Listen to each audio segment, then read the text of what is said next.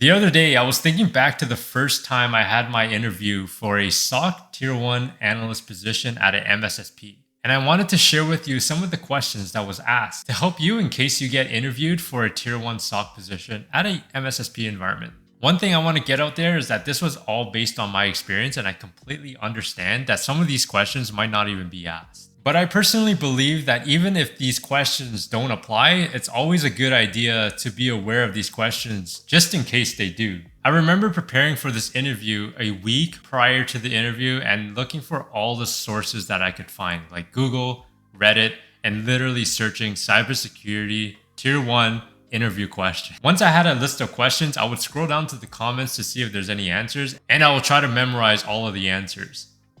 Don't do that. I've performed interviews in the past, and for me, it comes down to two things, or maybe three. The first one is personality. For me, I look to see if this candidate is a good fit for the team and shows a willingness to learn. Technical skills you can teach, but personality, that is tough. Which leads me to my second one, technical skills. But didn't you just say you can teach technical skills?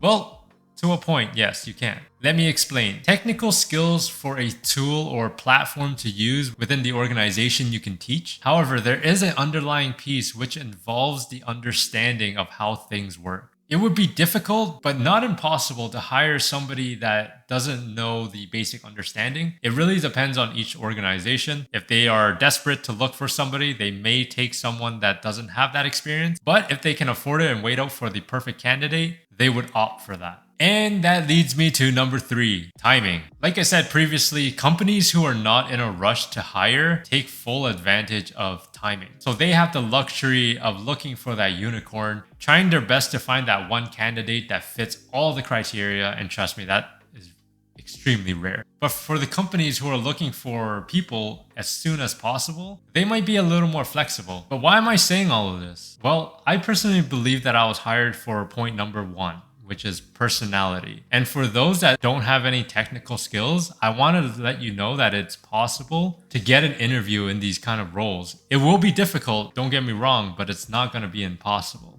Now, why do I think I got this because of point number 1, personality? Well, if you recall, I was preparing for this interview like I was studying for an exam. I was looking through every sources that I can, start putting down questions, memorizing answers the week prior, and hoping for the best. Let me tell you, that did not go as smooth as I wanted to go. I was trying super hard to remember all of the technical answers, and I couldn't. Now, this is a reminder for folks to don't memorize technical answers. Instead, try to actually understand the technical concepts. Understanding the technical concepts will really help you in your career. The moment that you've been waiting for, the technical questions that was asked to me during my first interview as a SOC Tier 1 analyst. If you were asked these questions, let me know in the comment section down below how you would answer them. I would love to read some of the responses, and remember, it is okay if you don't know the answer. Question number 1. What port is HTTP and HTTPS on, as well as what is the difference between the two?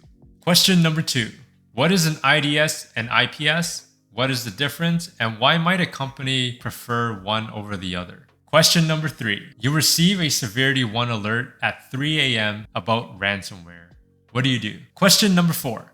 A client sends you an email and asks you if it's a phishing email or not. What do you look for in a phishing email? And the last question that I'll provide you today is, if you receive a PCAP, how would you go about analyzing that PCAP? So those are the 5 questions that I will share with you that was asked during my interview as a Tier 1 SOC analyst. If you are someone trying to get started in cybersecurity, you don't have to do this alone. I want to help you with that journey, which is why I created a site called MyDFIR.com, which you can sign up for free mentorship, no strings attached. And this is where I'll be posting books I recommend, cybersecurity resources, and blog posts. If you enjoyed this video and found it informative, let me know by hitting that like button and subscribe if you want to.